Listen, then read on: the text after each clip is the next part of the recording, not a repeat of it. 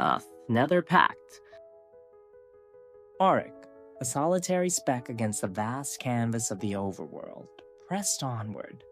Days blurred into a relentless cycle of mining, crafting, and evading the ever-present shadows.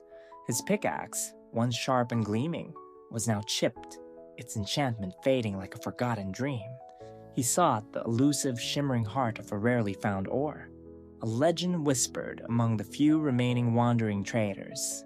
Dusk bled across the sky, painting the clouds in fiery hues, and with it came the telltale groans of the undead. A skeleton's bony arrow whizzed past his ear, embedding itself in the gnarled trunk of an oak. Too many nights spent battling for survival had worn him thin. Just as the moon began its ascent, casting eerie silver over the landscape, Auric stumbled upon it, a colossal, ancient nether portal. Half swallowed by thick vines, its obsidian frame cracked and overgrown. It hummed with a dormant energy, a promise of escape, or perhaps further peril. It was not one he had built, nor one he recognized from any map. Desperation, a chillier companion than the night air, prompted him. He drew forth his flint and steel, a final, desperate spark of hope. The purple shimmer of the portal ignited, bathing the surrounding woods in an unholy glow, and Auric, without a second thought, stepped through. The air in the nether was a punch to the gut, thick, hot, and reeking of sulfur and burnt rock. He emerged onto a desolate basalt delta, a landscape of towering, jagged pillars and swirling gray ash. The sky, if one could call it that, was a perpetual angry red, punctuated by the distant mournful wails of a ghast. Magma cubes plopped lazily into lava seas that stretched to an unseen horizon. This was no ordinary journey. This felt like a plunge into a forgotten hellscape. Auric readied his sword, expecting immediate aggression. But instead, a lone piglin emerged from behind a basalt column. It was different from others he had encountered. Its tusks seemed less sharp. Its eyes held a strange, forlorn quality, not the usual avarice or fury. It held a single, shimmering block of gold, presenting it not with the usual demand, but with a tentative, almost pleading gesture. It offered the gold, not to trade for armor or tools, but as if beckoning, urging Auric to follow. The piglin then turned slowly, glancing back as if confirming Auric's intent, and began to walk deeper into the fiery expanse. Wary but deeply intrigued, Auric followed. The piglin moved with an unusual quietness, avoiding the thrashing Hoglins and the more aggressive, heavily armored piglin brutes.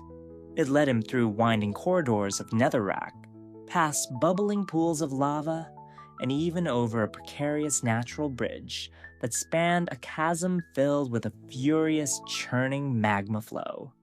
When a group of aggressive Hoglins suddenly charged from a dark nook, the lonely piglin, instead of retreating, snorted loudly, stomping his hooves and effectively diverting them just long enough for Auric to dispatch two before they could corner him. It was an unspoken, almost unheard of act of cooperation. Finally, after what felt like an eternity, they arrived at their destination.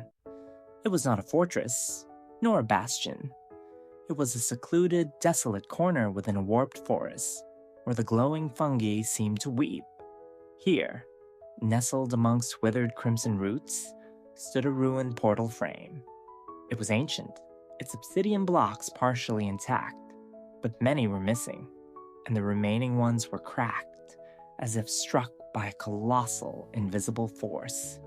The piglin dropped the gold block at Auric's feet, then turned to the portal, extending a hand as if in reverence. Its eyes, still holding that strange sadness, then flicked to Auric's pickaxe, then to the broken frame, and finally, with a look of desperate urgency, pointed to the faint purple haze of the distant overworld portal Auric had used. Auric understood. This piglin wasn't seeking a trade. It sought something else entirely. It wanted the portal fixed. But not just any portal. This one felt different. unique. He took the gold, a silent acceptance of the pact. He approached the frame, noting its unusual construction.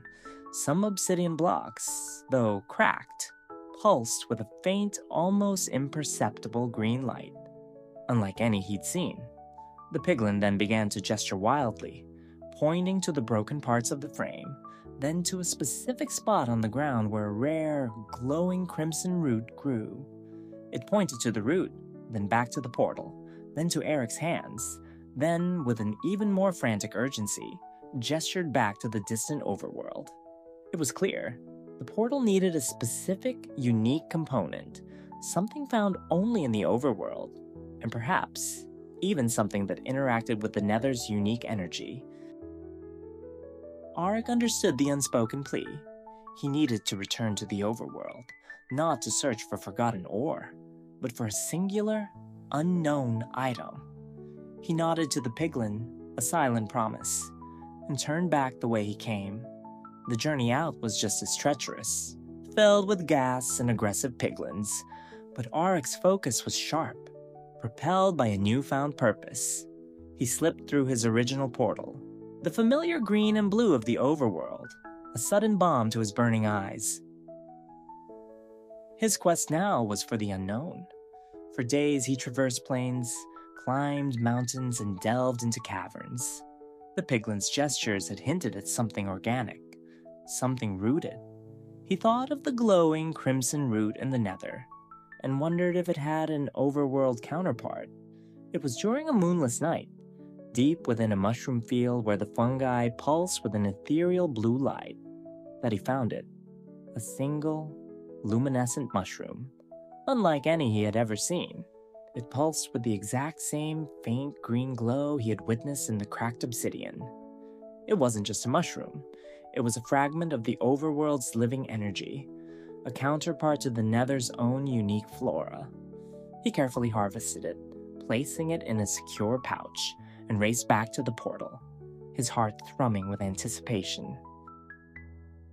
Stepping back into the suffocating heat of the Nether, Auric saw the lonely piglin waiting, its sadness now replaced by an almost unbearable tension. It rushed forward, its grunts filled with an urgency Auric had not heard before. It led him back to the ruined portal. Just as Auric reached for the luminescent mushroom, intending to place it within the broken frame, a guttural roar echoed through the warped forest. A hulking piglin brute, larger and more fearsome than any Auric had encountered, emerged from the glowing flora, flanked by two equally massive Hoglins. They had detected Auric's presence, or perhaps sensed the rare overworld energy he carried. Their eyes burned with raw aggression. Auric drew his diamond sword. This was it.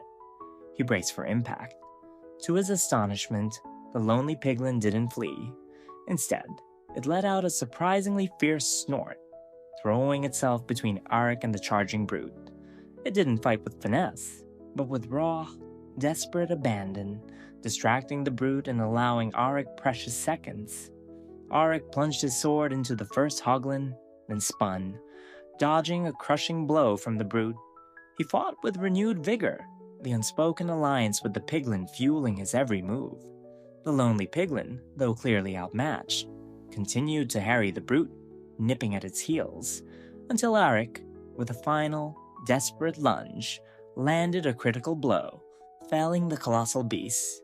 The remaining Hoglin, disoriented, quickly succumbed.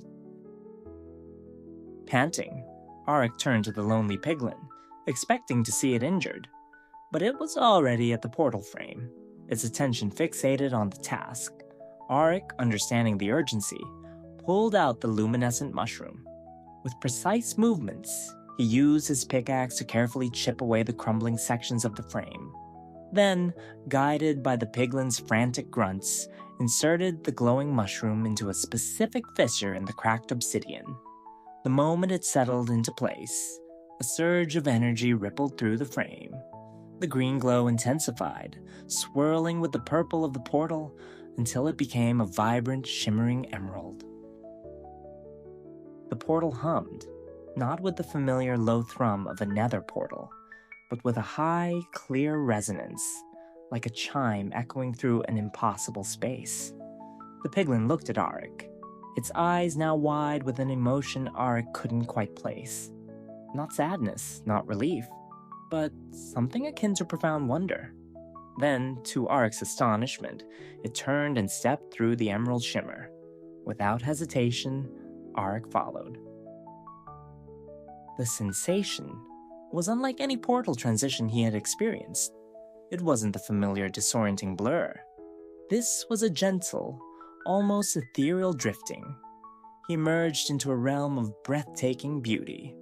Not the crimson and ash of the Nether, nor the green and blue of the Overworld. This was a land of floating islands, connected by bridges of living light. Trees with leaves of iridescent crystals shimmered under a sky of soft golden light. Waterfalls cascaded upwards into the clouds, and flowers glowed with an inner luminosity. The air was clean, cool, and peaceful. The lonely piglin stood before him, its posture no longer hunched or wary.